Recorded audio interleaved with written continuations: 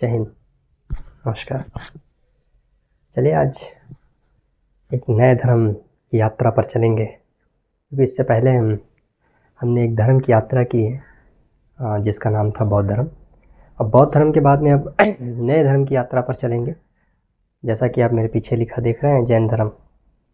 ठीक है, तो यह धर्म भी अपने आप में एक अद्भुत मिसाल है और एक नई विचारधारा के साथ नए समाज में प्रवेश और एक नए धर्म का उदय।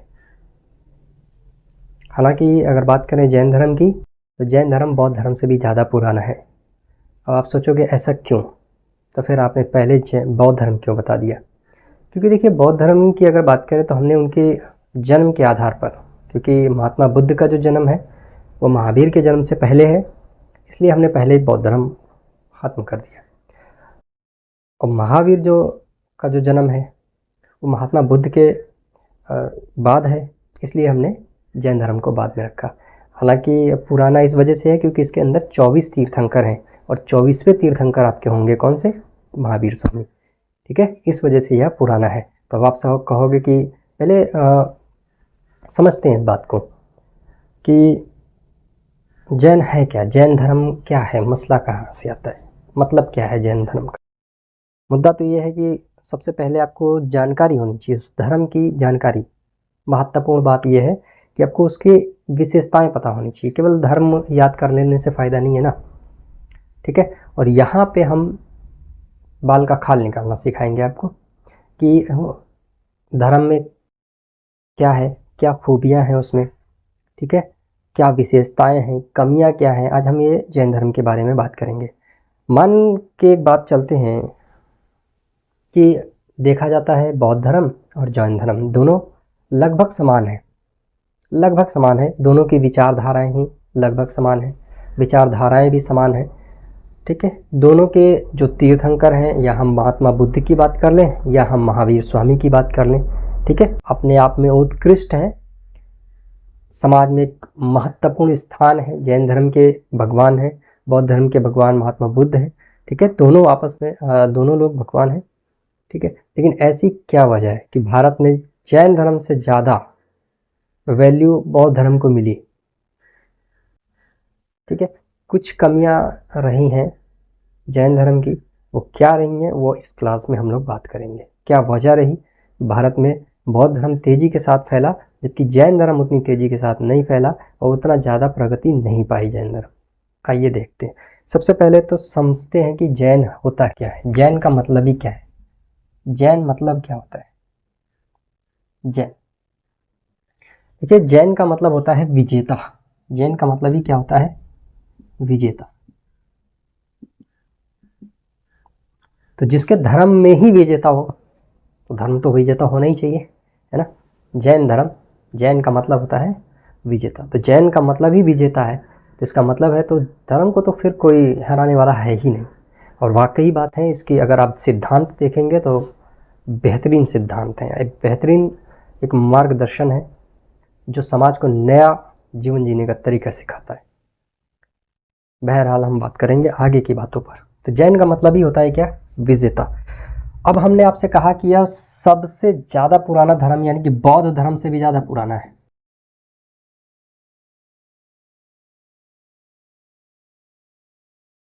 क्यों भाई, बौद्ध धर्म से ज़्यादा पुराना क्यों है? ऐसा क्यों?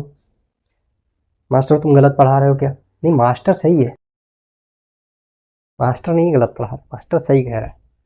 ठीक है, हाँ, बौद्ध धर्म से भी ज़्यादा पुराना है जैन धर्म। ऐसा क्यों कह रहा हूँ? क्योंकि जो महावीर स्वामी हैं जिनके बारे में आपको पढ़ाया जाता है, ठीक है, कि जैन धर्म ने, यह बात सत्य है कि जैन धर्म ने ख्याति, जैन धर्म की बहुत ज़्यादा विशेषताएं, जैन धर्म बहुत ज़्यादा उभर के महावीर स्वामी के समय में आया। लेकिन क्या उससे पहले जैन धर्म नहीं था? जी हाँ, था। इससे पहले, इनसे पहले, यानी कि 24वें तीर्थंकर हैं महावीर स्वामी, उनसे पहले आपके 23 तीर्थंकर आ गए थे, यानी टोटल जोड़ दिया जाए तो 24 तीर्थंकर हैं। कितने हैं? तीर्थंकर 24 तीर्थंकर हैं, यानी कि महात्मा महावीर स्वामी जी से पहले भी 23 तीर्थंकर आ चुके थे। तो अब अगर मैं एक तीर्थंकर की आयु अगर उस समय मध्य ज़माने की अगर बात करूँ तो 60 साल भी अगर जोड़ता हूँ तो आप खुद मल्टीप्लाई कर लीजिएगा, 23 गुणे 60 कर लीजिएगा, तो कितने साल पुराना हो गया, तो हो गया ना बौद्ध धर्म से ज़्यादा पुराना। तो अब आप कहोगे कि भैया कितना पुराना है, पुराना में भी कितना पुराना है, तो बस इतना समझ लीजिए कि इतना पुराना है कि यह सिंधु घाटी सभ्यता के समय का है, सिंधु घाटी के समकालीन है, इतना समझ लीजिए, ये इतना आपके लिए सफिशिएंट होगा। ठीक है, तो सिंधु घाटी सभ्यता का आप लोग सभी लोग जानते हैं कि 2400 ईसा पूर्व से लेकर के 1750 ईसा पूर्व तक के बीच का जो समय काल देखेंगे वो कौन सा है, तो आप समझ गए कि जैन धर्म कितना पुराना है। ठीक, हाँ, यहाँ वो हर चीज़ मिलेगी जो कहीं नहीं मिलेगी। ठीक है, आइए आगे बातें करेंगे। 24 तीर्थंकर। अब एक चीज़ याद रखिएगा, तीर्थंकर क्या चीज़ होती है। ठीक है, हर चीज़ की, हाँ, आपके मन में हर चीज़ डाउट रहा होगा, अभी तक आपने ये नहीं समझा जिन क्या होता है, जैन का मतलब क्या होता है, तो हमने जैन का मतलब आपको बता दिया। अब आपके मन में हर चीज़, एक बात हर स्टूडेंट के मन में सवाल उठता है कि तीर्थंकर का मतलब ही क्या होता है। अगर तीर्थंकर है, तीर्थंकर का मतलब क्या होता है। अक्सर करके जब हम पढ़ रहे थे तो हमें भी ये परेशान किया, हमारे मन में भी ये क्वेश्चन उठते रहते थे कि यार तीर्थंकर का क्या मतलब होता है। ठीक है, तो आज हम आपका ये डाउट क्लियर करेंगे। ठीक है, हम नहीं, वो किताबें जिनके द्वारा हमने सीखा। ठीक है, मैं तो एक नाचीज़ सा हूँ, ठीक, एज अ मैसेंजर, कि उनके दिए गए उपदेश, ठीक है, इनके दिए गए उपदेश हम आप तक पहुँचाने का काम कर रहे हैं, बस एक माध्यम है। ठीक, बस इतना ही कहेंगे, नाचीज़ की क्या औकात, खाकसार है। ठीक है, जो इतने बड़े बड़े लोगों की बातें आप तक पहुँचाने का ये मौका मिला, बस यही अपनी मजदूरी समझते हैं। ठीक है, ये हमारी मजदूरी है, और इस मजदूरी का ठीक है सिला ये है कि आप लोग बस थोड़ा सा लाइक कर दें, सब्सक्राइब कर दें, इससे ज़्यादा इस मजदूर को और क्या चाहिए। आगे बढ़ें। ठीक है, चलें तो लिखते हैं, समझते हैं तीर्थंकर का क्या मतलब होता है। देखिए, तीर्थंकर जो है दो शब्दों से मिलकर बना है, एक होता है तीर्थ, ठीक है, और अंकर का मतलब होता है संसार। ठीक है, तीर्थ प्लस अंकर, तो ठीक है, तीर्थ, अंकर का मतलब होता है संसार,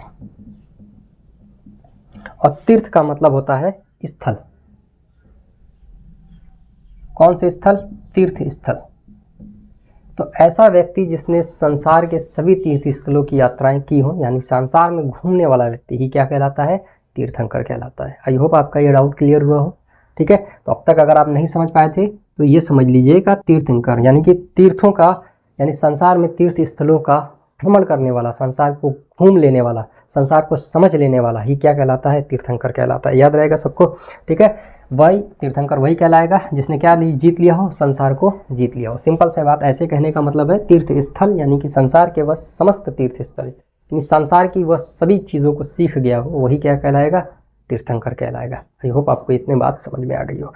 आगे मुद्दे की बात करते हैं। 24 तीर्थंकर, इस नाचीज़, इस खाकसार को कैसे मालूम है कि 24 तीर्थंकर थे? मैं भी आपको कैसे बता पा रहा हूँ 24 तीर्थंकर थे भाई? ठीक है, और आगे के लोगों ने भी आपको बताया होगा 24 तीर्थंकर हैं जैन धर्म में। यह बात कहाँ से साबित होती है? तो भैया 24 तीर्थंकरों की बात साबित होती है कल्पसूत्र से। कल्पसूत्र, ये पढ़ाई की क्लास नहीं है, आज पोस्टमार्टम की क्लास है, समझ लो, पोस्टमार्टम है। हर चीज़ का आज पोस्टमार्टम करेंगे हम लोग, उस चीज़ जानने की कोशिश करेंगे कि है क्यों।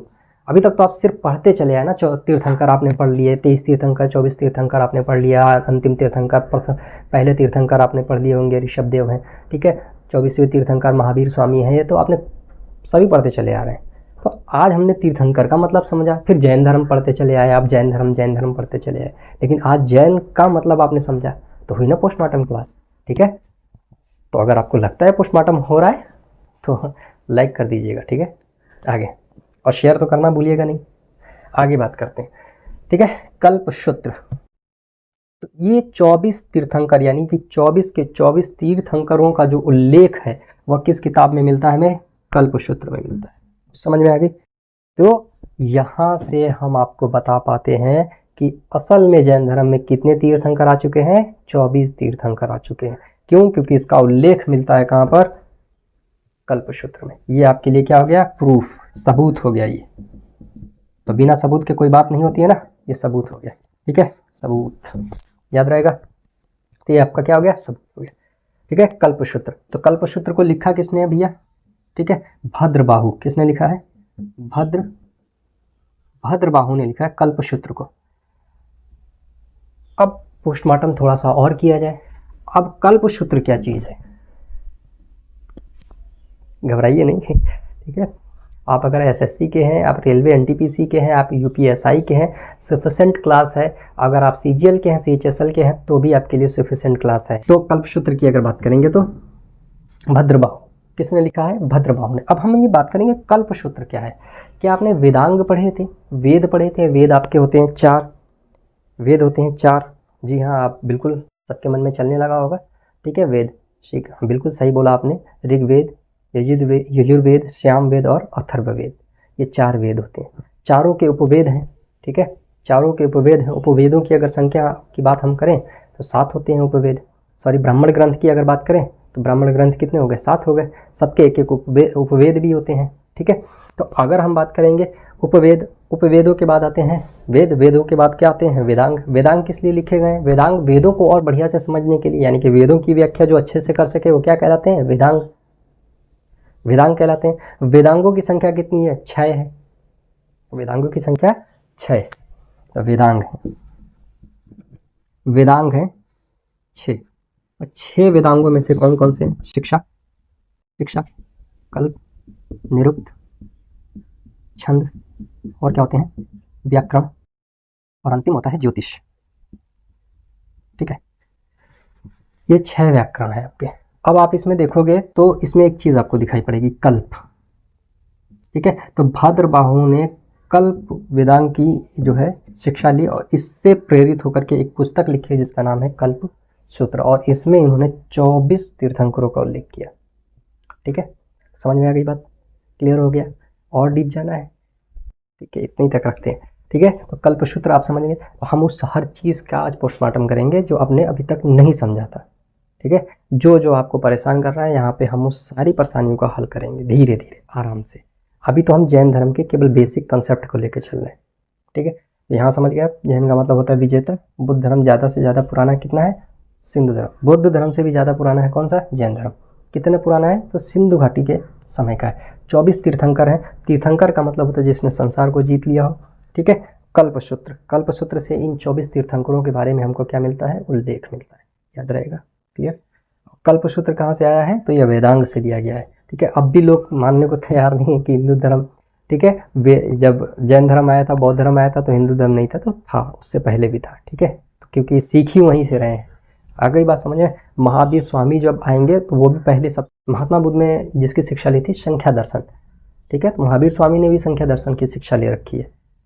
पढ़ते आखिर वही लोग हैं, पढ़ वही रहे हैं। असंख्या दर्शन कपिल मुनि की लिखी हुई है। कपिल मुनि कौन है, सनातनी है। फिर कहाँ तक नकार हो गया, आगे बात समझ में, आगे बात करते हैं, चलें। तो इसमें कल्पसूत्र अब भद्रबाहु ने लिखी है।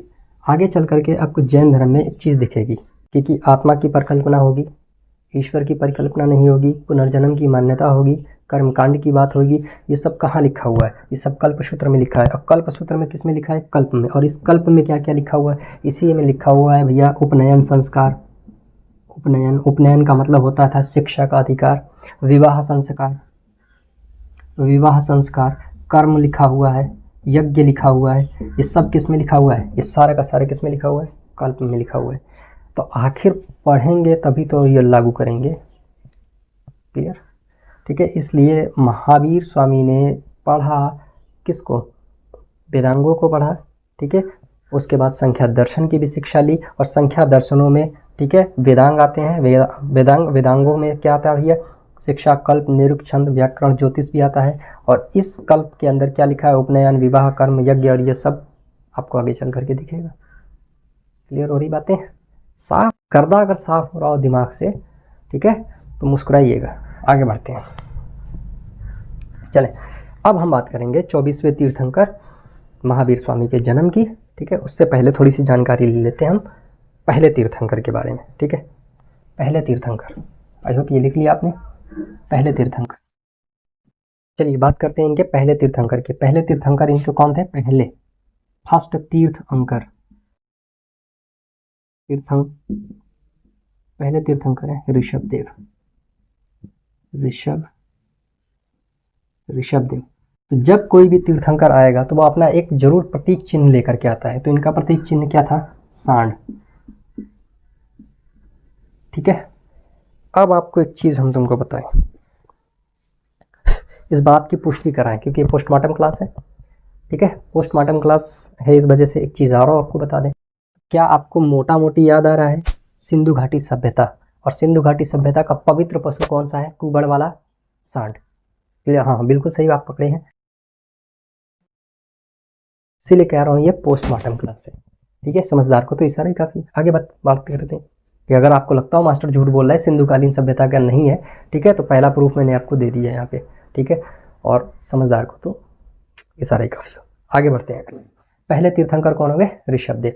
दूसरे तीर्थंकर की अगर बात करूं, मैं पूरे 23 नहीं लिखा पाऊंगा।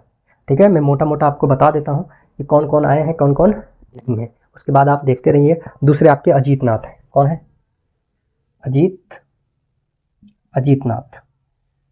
ठीक है, दूसरे आपके कौन से रहेंगे? अजीतनाथ। और इनका प्रतीक चिन्ह क्या रहेगा? दूसरे तीर्थंकर है अजीतनाथ, और इनका प्रतीक रहेगा घोड़ा। ठीक है, इनका प्रतीक चिन्ह क्या है? घोड़ा। ठीक है, इनका प्रतीक चिन्ह रहेगा घोड़ा। उसके बाद हम बात करेंगे, ठीक है, तीसरे रहेंगे संभवनाथ। तीसरे कौन है? संभवनाथ। ठीक है, संभवनाथ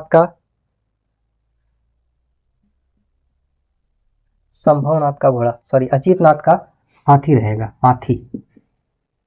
अजीतनाथ का हाथी, संभवनाथ का घोड़ा रहेगा। ठीक है, 21वें, उसके बाद 21वें आएंगे नीमीनाथ। नीमीनाथ। ठीक है, नीमीनाथ आए। इनका जो प्रतीक चिन्ह रहा, ये क्या रहा? नीमीनाथ का प्रतीक चिन्ह रहा कमल, नीलकमल। प्रतीक चिन्ह क्या है? नीलकमल। उसके बाद 22वें तीर्थंकर आपके आ गए। 22वें तीर्थंकर आ गए अरिष्टनेमी।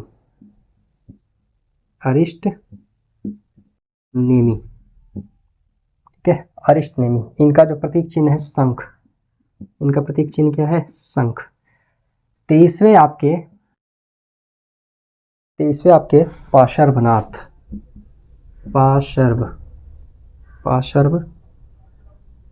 पाशर्वनाथ। ठीक है, पाशर्वनाथ। इनका सर्प।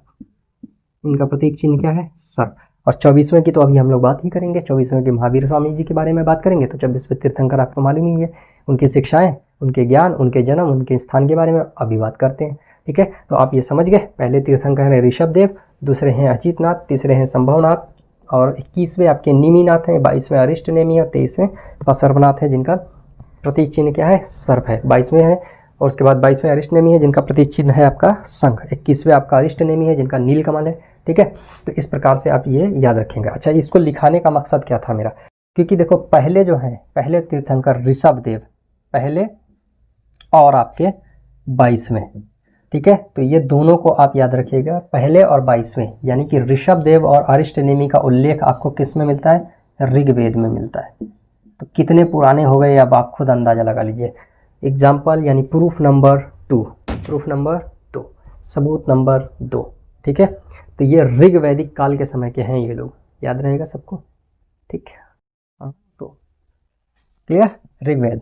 तो कभी कभी आपसे क्वेश्चन पूछा जाता है, जैन धर्म के ऐसे कौन से 2 तीर्थंकर या ऐसे कौन से तीर्थंकर हैं जिनका उल्लेख हमको ऋग्वेद में देखने को मिलता है? तो याद रखिएगा, ऋषभदेव और अरिष्टनेमी, ये 2 लोग हैं ऐसे तीर्थंकर है जिनका उल्लेख आपको कहाँ मिलेगा? ऋग्वेद में मिलेगा। याद रहेगा सबको, आगे बात करेंगे।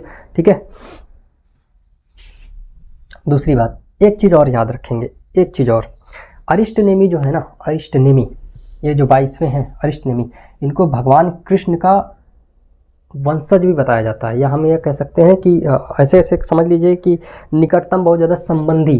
ठीक है, श्री कृष्ण का इनको संबंधी भी बताया जाता है। श्री कृष्ण का इनको क्या बताया जाता है? संबंधी भी कहा जाता है। ठीक है, ऐसा कौन कह रहा है? ऐसा भद्र बाबू कहते हैं।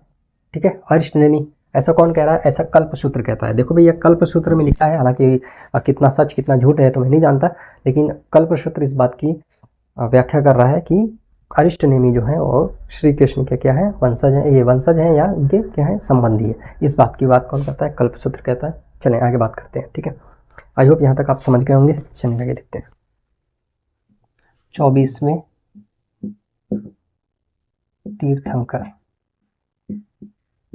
महावीर स्वामी।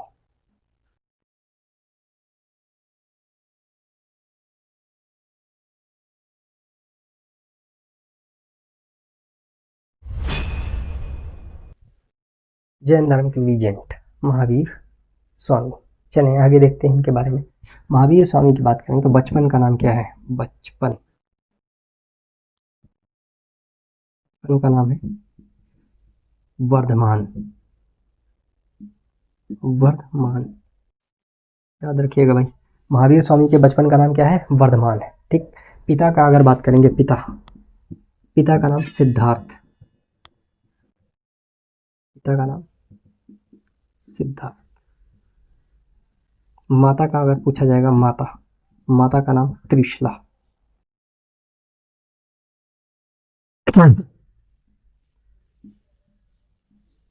माता का नाम क्या है? त्रिशला, ठीक है। कौन है त्रिशला? त्रिशला को थोड़ा सा याद रखिएगा। कौन है त्रिशला? त्रिशला कौन है भैया? ठीक है, ये राजा चेटक की बहन है। आगे चल करके जब हम आपको बताएंगे हर्यक वंश का एक शासक होगा जिसका नाम होगा बिंबिसार। तो वही बिंबिसार क्या करेगा? इस चेटक की पुत्री से विवाह करेगा, ठीक है। चेटक की बहन से विवाह किए कौन? महावीर स्वामी। और चेटक की पुत्री से विवाह किसका होगा? हर्यक वंश का शासक है बिंबिसार। बिंबिसार। अब आप लोग रीजनिंग पढ़े हुए लोग हैं, ब्लड रिलेशन अच्छे से निकालते होंगे, रक्त संबंध, ठीक है। तो आप लोग संबंध निकाल लीजिएगा। महावीर स्वामी जो है बिंबिसार के क्या लगे, या बिंबिसार महावीर स्वामी का क्या लगा, ठीक है। तो संबंध आप लोग निकाल लीजिएगा, मैंने बता दिया, ठीक है, कि चेटक की बहन से विवाह हुआ था किसका? महावीर स्वामी का। और चेटक की पुत्री से विवाह हुआ किसका? बिंबिसार का। याद रहेगा, ठीक है। चले आगे बढ़ते हैं, ठीक है। तो इनकी माता कौन है? त्रिशला देवी, ठीक है। अब क्या होएगा? इनकी पत्नी। अब पत्नी तो जरूर है भाई, एक चीज याद रखना, हर पत्नी वाला आदमी बाद में आपको पत्नी ना रखने की सलाह जरूर देता है। महात्मा बुद्ध हो गए, ठीक, चाहे महावीर स्वामी हो गए। हालांकि इन्होंने स्त्रियों के सम्मान की बात जरूर कही है, लेकिन लास्ट में आकर के एक महाव्रत में एक व्रत जरूर जोड़ा है, उसको बोलते हैं ब्रह्मचर्य, ठीक है। तो पहले तो इन्होंने विवाह किया, यानी कहने का मतलब ये है, ठीक है, मैं कुछ की बुराई नहीं कर रहा हूँ, लेकिन मैं बता रहा हूँ, ठीक है, कि स्त्री को पहले क्या है कि जब विवाह कर लेता है इंसान तब मालूम चलता है कि गलती हो गई, फिर वो दूसरों को कहता है कि भाई हम तो फंस गए, तुम मत फंसना। इन्होंने विवाह किया, इनकी पत्नी का नाम है यशोदा। याद रहेगा, यशोदा से एक पुत्री की प्राप्ति होती है और इस पुत्री का नाम रखा जाता है अन्नोजा प्रियदर्शिनी। अन्नोजा प्रियदर्शिनी, ठीक है, याद रखिएगा।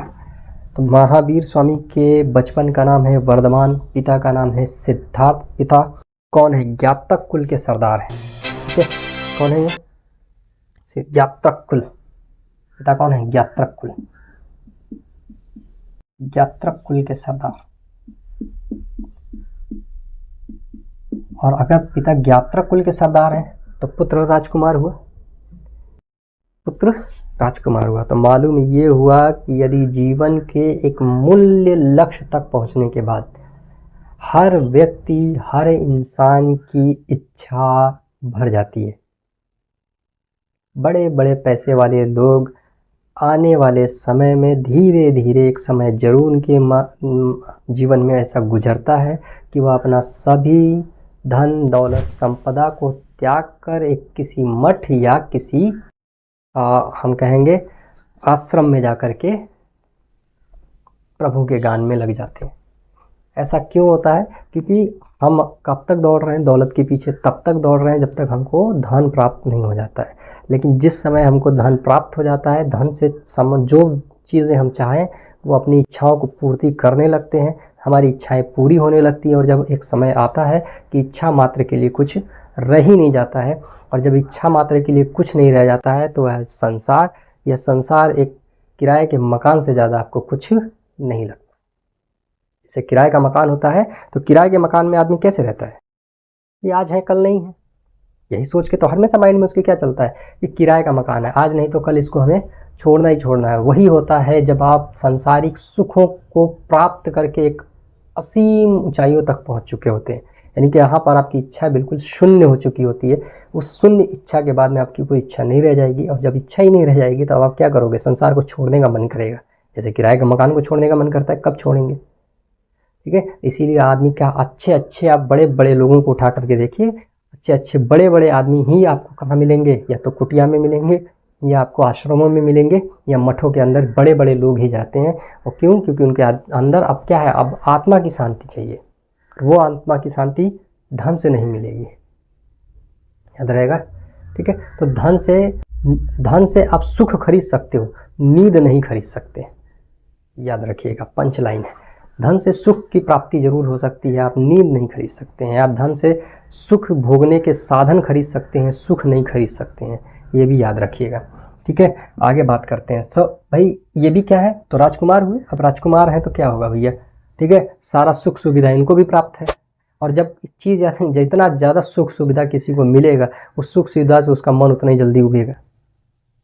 ठीक है, यह भी एक कड़वी सच्चाई है, दुनिया की है। अब पता नहीं कितनी सच है कितनी झूठ है, आगे बात करते हैं। ठीक है, लेकिन हमको लगता है सच है, तभी तो ये लोग छोड़ छोड़ के जा रहे हैं, तभी तो सब लोग छोड़ छोड़ के महात्मा के मार्ग पर चले जा रहे हैं, आध्यात्म के मार्ग पे चले जा रहे हैं। सभी छोड़ देते हैं। महात्मा बुद्ध ने भी छोड़ दिया, वो भी राजकुमार थे, चाहते तो आराम से राज सुख भोग रहे होते। ये भी राजकुमार है, ये भी छोड़ देंगे। चलें आगे देखते हैं क्या मसला है। ठीक है, बहरहाल इनको प्राप्ति हो गई, तो उनको तो जागने की ज़रूरत पड़ी या जगाने की ज़रूरत पड़ी। आप पहले से जागे हुए हैं, आप क्या है? पहले से ही जागे हुए हैं। क्यों? क्योंकि 23 लोग पहले आ चुके हैं ना। 23 लोगों का मार्गदर्शन जब आपको प्राप्त हुआ, या उनके बारे या उनकी जीवनियों को जब आपने पढ़ा, तो आप उनके जीवन को परिवर्तित तो करेंगे ही कहीं ना कहीं, को मालूम हुआ। ठीक है, आप भी क्या है कि थोड़ा देर से जागे। भगवान बुद्ध की अगर बात करें तो 29 साल में जागे थे, और आप जागे 30 साल में।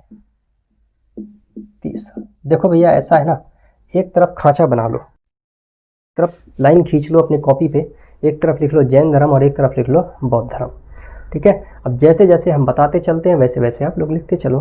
ठीक, अगर देखो तो यहाँ महावीर स्वामी हैं, और उधर कौन है? महात्मा बुद्ध है। महात्मा बुद्ध के पिता की अगर बात करेंगे तो महात्मा बुद्ध के पिता का नाम शुद्धोधन है, इनके पिता का नाम सिद्धार्थ है। महात्मा बुद्ध के बचपन का नाम सिद्धार्थ था, इनके पिता का नाम सिद्धार्थ है, याद रहेगा। महावीर की अगर माता का बात करेंगे तो महावीर की माता का नाम क्या है? त्रिशला है। और महात्मा बुद्ध की माता का अगर नाम पता करेंगे तो महात्मा बुद्ध की माता का नाम क्या है? प्रजापति गौतमी है। तो इस प्रकार से एक तरफ लाइन खींचो, ठीक है, एक तरफ लिखो महावीर, एक तरफ लिखो बुद्ध। आगे बात में उनकी पत्नी का नाम यशोधरा, इनकी पत्नी का नाम यशोदा, याद रहेगा। ठीक, भाई पढ़ाई ऐसी होती है, माइंड को थोड़ा सा जोर देना पड़ेगा। चलें आगे बढ़े। 30 साल की अवस्था में जागे। ठीक है, महात्मा बुद्ध 29 साल में जागे थे, और ये कितने साल में जागे? 30 साल में जागे। 30 साल में जागे तो भाई इन्होंने क्या किया? ठीक है, शिक्षा की प्राप्ति के लिए। ठीक है, अब इन्होंने, यानी हम क्या कहेंगे, सत्य की मार्ग की खोज करने के लिए, सत्य के मार्ग की खोज करने के लिए क्या भैया निकल पड़े। 24वें तीर्थंकर हैं। ठीक है, जन्म की अगर बात करेंगे, जन्म नहीं खाया, जन्म लिख लीजिएगा भाई। ठीक है, बचपन का नाम क्या है? वर्धमान। माता पिता हो ही गया। ठीक है, जन्म की अगर बात करेंगे, इनका जन्म 540 ईसा पूर्व, 540 ईसा पूर्व, कुंडलवन। इनका जन्म कहाँ पे हुआ है? कुंडलवन। 540 ईसा पूर्व में हुआ है इनका जन्म, कुंडलवन। कुंडलवन, एक चीज और याद रखना, कुंडलवन, कुंडलवन। अब आप सोचोगे कि कुंडलवन कहाँ पे है। ठीक है, थोड़ा सा ये भी विचार का विषय, क्योंकि पोस्टमार्टम क्लास है तो इसलिए थोड़ा सा ये भी बताते चलेंगे कि कुंडल वन कहाँ पे है। ठीक है, देखिए भैया कुंडल वन अगर आप इस समय सर्च करने के लिए चलेंगे या इस समय ढूंढने के लिए आप चलेंगे तो कुंडल वन आपको कहाँ मिलेगा, ऐसा भी है मुजफ्फरपुर, मुजफ्फरपुर बिहार। इस समय आपको ये कहाँ पे मिलेगा, कुंडल वन मुजफ्फरपुर बिहार में मिलेगा। ठीक है, तो बस आप बने रहिए और देखते रहिए। ठीक, मुजफ्फरपुर बिहार वर्तमान में कहाँ पे है, ये बिहार के मुजफ्फरपुर इलाका क्या कहलाता था उस समय, कुंडल वन वैशाली कुंडल वन, याद रहेगा ना। ठीक है, आगे चलते हैं। 30 वर्ष की अवस्था में क्या है, ग्रह त्याग कर दिया, किसकी खोज के लिए, सत्य की खोज के लिए। सत्य की खोज करने के लिए कहाँ चले गई है। ठीक, 30 वर्ष की अवस्था में ग्रह त्याग कर दिया। पत्नी ने रोका जरूर होगा, ऐसी तो बात है नहीं। ठीक है, यशोदा जी ने रोका होगा, कहा होगा छोड़ के ना जाओ पिया। लेकिन क्या है, जब सत्य की मार्ग की खोज की तलाश में आप जब निकल गए, और जब सत्य की खोज पर आदमी व्यक्ति निकलता है तो फिर उसे मोह माया का त्याग ही करना पड़ता है। ठीक है, सांसारिक सुखों का त्याग करना पड़ता है। शिक्षा जरूरी है सत्य की खोज के लिए। कहाँ निकल गए आप भाई, गृह त्याग कर दिया। गृह त्याग, सत्य की खोज के लिए क्या किया आपने, गृह त्याग कर दिया। गृह त्याग कर दिया तो भाई कहाँ, शिक्षा तो प्राप्त करनी है ना, शिक्षा बिना गुरु के ज्ञान नहीं। ठीक, बहरहाल, और जब इन्होंने तपस्या शुरू की, अध्यात्म की तपस्या, ठीक है, तो 12 साल, कितना साल, 12 साल तपस्या।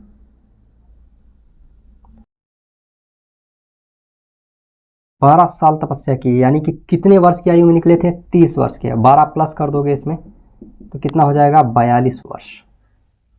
यानी आयु कितनी हो गई थी इनकी, 42 वर्ष की अवस्था हो गई, 12 साल लग गया। तो ऐसा नहीं है कि उनको शिक्षा की प्राप्ति नहीं हुई, लेकिन समय दुगना लग गया। छोटी पर मोटी बात, बाकी आप समझ रहे होगे। आगे बात समझ में, ऐसे कबीर नहीं है। ठीक, गुरु गोविंद ते दो खड़े काके लागू पाए, बलिहारी गुरु आपने गोविंद दिया बताए। कबीर कह के गए हैं, कुछ तो बात रही होगी। आगे बढ़ते हैं, चले देखते हैं। यहां से नालंदा पहुंचे, नालंदा में इन्होंने एक अपना शिष्य बनाया जिसका नाम था गोसाल। ठीक है, ओनली गोसाल है, गोसाल को अपना शिष्य बनाया। 12 साल की तपस्या की है, 12 साल। कहाँ पर, निरंजना नदी के किनारे, रिजुपालिका नदी, रिजुपालिका नदी। मस्तिष्क में टेंशन और समाज में अगर शोर हो तो आपका चित्त एक जगह नहीं रह सकता। ठीक है, दत्त चित्त होगा। दत्त चित्त का मतलब होता है अपने मस्तिष्क, अपने सोच को एक जगह केंद्रित रखना। इसको एक शब्द में बोलेंगे, दत्त चित्त। ठीक है, तो समाज में शोर और दिमाग में टेंशन हो तो कभी भी मस्तिष्क दत्त चित्त नहीं हो सकता, एक जगह नहीं रह सकता। ठीक है, तो इसको एक जगह लाने के लिए, एक जगह पर लाने के लिए इसको समाज से इतनी दूर लेकर चले जाओ, इतनी दूर लेकर के चले जाओ कि जहाँ सामाजिक दृष्टि भी दिखाई ना पड़े। और एक चीज़ और भी है, जितने भी महात्मा, जितने भी ज्ञानी महात्मा होंगे, ठीक है, जो भी तपस्या करेगा वो आंखें बंद करके करेगा। 1 लाख रुपए की बात बता रहा हूँ आपको। हर धर्म में, चाहे आप प्रार्थना करें, चाहे आप ईश्वर की भक्ति करें, चाहे आप अध्यात्म करें, ठीक, हर व्यक्ति आंखों को बंद करके ही क्यों करता है, सोचा कभी आपने? हम बताओ, 1 लाख की बात, हर महात्मा आंख बंद इसलिए करता है ताकि आंख जब बंद होती है ना तो आप संसार को देख नहीं रहते, संसार दिखना बंद हो जाता है, सिर्फ आत्मा दिखाई पड़ती है, संसार दिखता ही नहीं है, अंधेरा दिखता है, अंधेरा। ठीक है, और अंधेरे में आप सिर्फ कॉन्सेंट्रेट कर सकते हो, तत्व चित्त मस्तिष्क को एक जगह ला सकते हो। और अगर संसार दिख रहा है तो संसारिक चीज़ें भी दिखाई पड़ेंगी, संसारिक चीज़ों में बहुत सी चीज़ें हो सकती हैं, ठीक है, जो आपके मस्तिष्क को एक जगह एकत्रित नहीं होने देती। इसीलिए जो बड़े बड़े महात्मा हैं आंखों को बंद करके आध्यात्म की शिक्षा लेने की बात कहते हैं। समझ में आ गई बात? चलें आगे बढ़े, ठीक है। तो नालंदा, ऋजुपालिका नदी, ठीक है। अब एक चीज़ और याद रहे, तो पोस्टमॉर्टम क्लास है, तो अब ऋजुपालिका नदी के किनारे ज्ञान की प्राप्ति होगी। ये ऋजुपालिका नदी कौन सी नदी है भाई? उस समय के नाम था ऋजुपालिका, अब क्या कहते हैं इस ऋजुपालिका नदी को? क्या आपने जानने की कोशिश की कभी? चलिए हम बताते हैं आपको। इसको वर्तमान में बराक नदी बोलते हैं, बिहार में बहती है बराक नदी, ठीक है। कोसी नदी की सहायक नदी है बराक नदी, ठीक है। वर्तमान में इस ऋजुपालिका नदी का नाम क्या हो गया है? बराक नदी। इनको भी ज्ञान की प्राप्ति होगी, तो जब बुद्ध नहीं पीछे रहे तो ये क्यों पीछे रहेंगे? आगे बात समझे। उन्हें पीपल का हो गया था, इनको साल वृक्ष, साल वृक्ष याद रहेगा, ठीक है। तो उनको पीपल के वृक्ष के नीचे ज्ञान की प्राप्ति हुई, इनको साल वृक्ष के नीचे ज्ञान की प्राप्ति हुई, याद रहेगा। अच्छा एक चीज़ और भी है, इनको दिन कौन सा था वो? अगर दिन की अगर बात करेंगे तो दिन कौन सा था? उनका भी दिन वैशाख पूर्णिमा है, इनका भी दिन वैशाख पूर्णिमा है, वैशाख पूर्णिमा है, ये याद रखना, ठीक है। नदी ऋजुपालिका है, नदी कौन सी? ऋजुपालिका है। पेड़ कौन सा है? साल वृक्ष है। दिन कौन सा है? वैशाख पूर्णिमा है। अब अगर आपसे पूछा जाएगा कि स्थान कौन सा था? जंभिक ग्राम। स्थान कौन सा है? जंभिक ग्राम, जंभिक ग्राम। अब ये जंभिक ग्राम कहाँ पड़ेगा आपका? ठीक है, जंभिक ग्राम वर्तमान में आपका कहाँ पड़ेगा? ये है नालंदा, नालंदा बिहार, ठीक है। तो जंभिक ग्राम, जंभिक ग्राम ऋजुपालिका नदी का किनारा है, साल वृक्ष के नीचे है, ठीक। और ज्ञान की आपको वैशाख पूर्णिमा का दिन है और आपको क्या होती है? ज्ञान की प्राप्ति होती है। समय लग गया 12 वर्ष, ठीक है। बिना गुरु के शिक्षा मिल सकती है, ऐसा नहीं है शिक्षा नहीं प्राप्त हो सकती है, बस लेकिन क्या है, समय का दायरा थोड़ा सा क्या होता है? बढ़ जाता है। तो मालूम हुआ कि गुरु की उपलब्धि या गुरु की प्रेजेंस आपके स्ट्रगल को कम कर देती है। मतलब हम गुरु नहीं हैं, ठीक है। आई एम अ मेंटर, मैं सिखा सकता हूँ आपको, ठीक है। हम सिखाने का काम करते हैं, हम गुरु नहीं हैं। गुरु का बहुत बड़ा महत्व है, ठीक है। गुरु बहुत बड़ा होता है, हम जैसे छोटे लोग गुरु का पद नहीं ले सकते, गुरु बहुत बड़ा होता है, ठीक है। तो गुरु के आपके जीवन में आ जाने से आपकी जो लंबी स्ट्रगल, आपकी लंबी जो स्ट्रगल लिखी हुई है जीवन की, कठिन दिन, आपके कठिन परिश्रम जो लिखा हुआ है, उस कठिन परिश्रम को गुरु का आगमन केवल जो है ना, उसको छोटा कर देता है। गुरु कोई भी हो सकता है, चाहे वो आध्यात्मिक गुरु हो सकते हैं, शैक्षिक गुरु हो सकते हैं, ठीक है, सामाजिक गुरु भी हो सकते हैं, राजनीतिक गुरु भी हो सकते हैं। तो गुरु के आने से ही आपका क्या हो सकता है? उद्धार हो सकता है, ठीक। आगे बढ़े, चलें देखते हैं। और एक चीज़ और याद रहे, गुरु सभी को मत बना लेना। अब गुरु कहने का मतलब ये है कि गुरु मैंने कह दिया तो गुरु ऐसा नहीं चलते फिरते सबको गुरु बना लो। गुण मिले तो गुरु बनाओ, गुण मिले तो गुरु बनाओ, चित्त मिले तो चेला, और दोनों गुण जब ना मिले तो हमेशा रहो अकेला, ठीक। आगे बढ़ेंगे। नालंदा बिहार कहाँ मिलेगा आपको? ये नालंदा बिहार में मिलेगा, ठीक है। 42 साल की आयु तक तपस्या की आपने। एक चीज़ और भी याद रहे, तो 12 साल तक तपस्या की है, इसका मतलब है कि भाई जब तक तोड़ेंगे नहीं तब तक छोड़ेंगे नहीं। आदमी हार मान जाता है बहुत जल्दी, वो भी 6 साल थे, और ये 6 साल में अगर आपको ना समझ में आए तो इनसे सीखो थोड़ा। 12 साल तक, जब तक सांस है तब तक आस है। कहाँ तक सिखाया जाए आपको? इतिहास बहुत कुछ सिखाने की कोशिश करता है, इनसे सीखने की कोशिश कीजिए। 12 साल तक तपस्या किए, आदमी 12 दिन में उब जाता है, 12 मिनट नहीं बैठ पाता है। चलिए आगे देखते हैं। तो नालंदा बिहार, ये इतिहास में लिखा है, लेकिन एक इतिहासकार हैं, इतिहासकार, ठीक है, इतिहासकार हैं, उनका नाम क्या है? OPL नाम क्या है, OPL। मुझे नहीं मालूम, लेकिन इनके बारे में हमने पढ़ा था। ये कहते हैं कि नहीं भैया, जंभिक ग्राम में इनको ज्ञान की प्राप्ति नहीं हुई। थोड़ा सा विवादित होता है इनका। बहरहाल आप इसको केवल, आप जो लूसेंट है वो भी यही कहती है, और अरिहंत है वो भी यही कहती है, लेकिन ये कहीं से आ गए हैं, ठीक है, थोड़ा सा अलग किताब से हैं। तो OPL है एक, ठीक है, इतिहासकार है OPL। ये क्या कहते हैं कि उत्तर प्रदेश का एक जगह पड़ता है जिसका नाम है पड़रौना, ठीक है, पड़रौना। इस जगह पर जो है महावीर स्वामी को क्या हुई है, ज्ञान की प्राप्ति हुई है। तो पड़रौना वालों को आज के बाद पड़रौना का मजाक नहीं उड़ाना। हमारे क्षेत्र में पड़रौना वालों का बड़ा मजाक उड़ाया जाता है, ठीक है। तो आप पड़रौना वाले अगर मेरी बातों को सुन रहे हो तो ध्यान रखिएगा, ठीक है। तो आप